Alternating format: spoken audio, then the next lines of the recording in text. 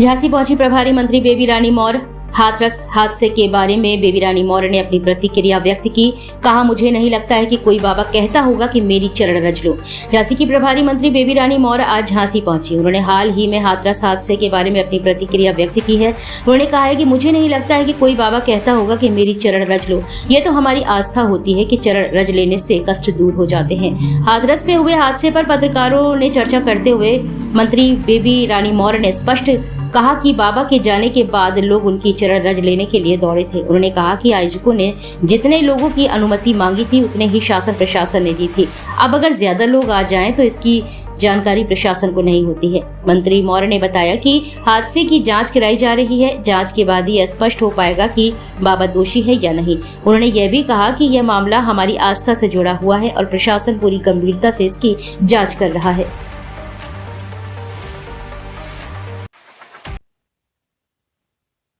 अध्यक्षता में कमेटी बिठा दी है। जो भी तथ्य आएंगे तो फिर उसके बाद ही कार्रवाई होगी। अखिलेश यादव कह रहे हैं कि सरकार का फेलियर होगा। वो तो कुछ भी बोल सकते हैं।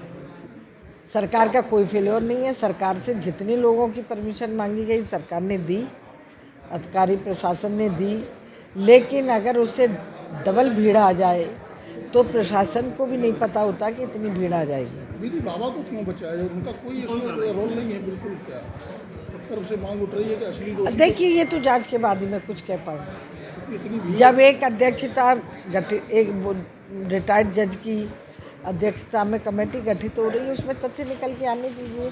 उसमें ही पता चलेगा बाबा का दोष है कि नहीं है। कहा तो यही जा रहा है कि उनकी रज लेने भागे, वो निकल गए थे। हादसा तो बाद में हुआ है ना। अब देखो पता चले। दीदी, उन्हीं ने कहा कि मेरी चरणों की रज लो। नहीं, मुझे नहीं लगता ऐसा वो कहते होंगे। कोई बाबा नहीं कहता कि मेरी, कोई बाबा कहेगा कि मेरे चरणों की रज लो।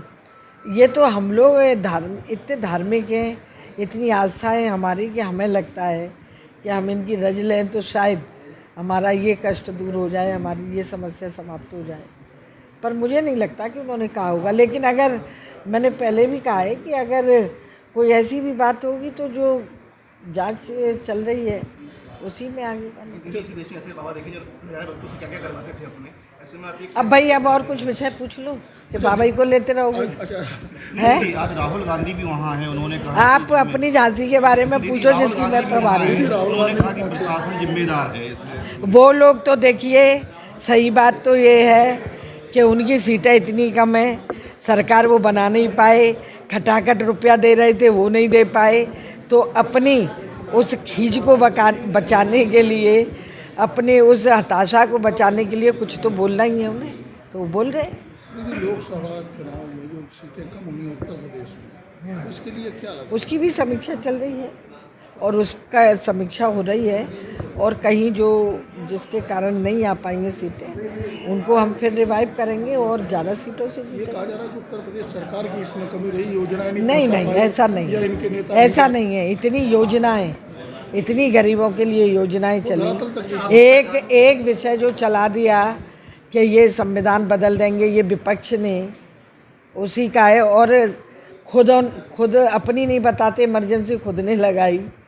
जब कितने लोग जेल चले गए। ये कब हितैषी हैं दलितों के, ये कब हितैषी हैं पिछड़ों के। आज हमारी दोनों सरकारें इनके लिए काम कर रही हैं तो उन्हें अच्छा नहीं लग रहा, तो वो कुछ ना कुछ ला ही रहे हैं। सरकार में लगातार भर्तियां हो रही हैं आउटसोर्सिंग पर, क्या लगता है युवाओं की भी नाराजगी रही है आपसे? चलो अब मेरी मीटिंग